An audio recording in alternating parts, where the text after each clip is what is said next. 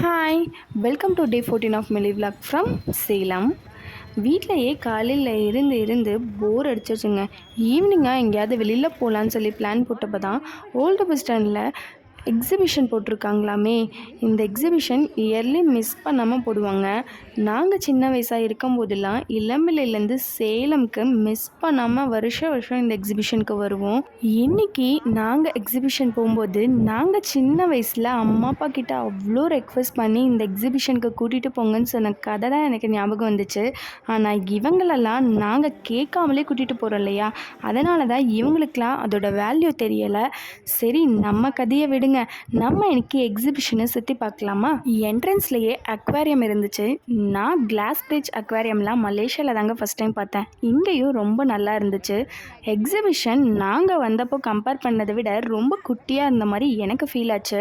நாங்கள் சின்ன வயசாக இருக்கப்போ வந்தப்போலாம் நடந்து நாங்கள் டயர்டாயிடுவோம். ஆனால் எக்ஸிபிஷன் எண்ட் ஆகாது. இப்போது என்னென்னா 1 hour சுற்றினதுலேயே எக்ஸிபிஷன் எண்ட் ஆகிடுச்சு. நாங்கள் டயர்ட் ஆகலை.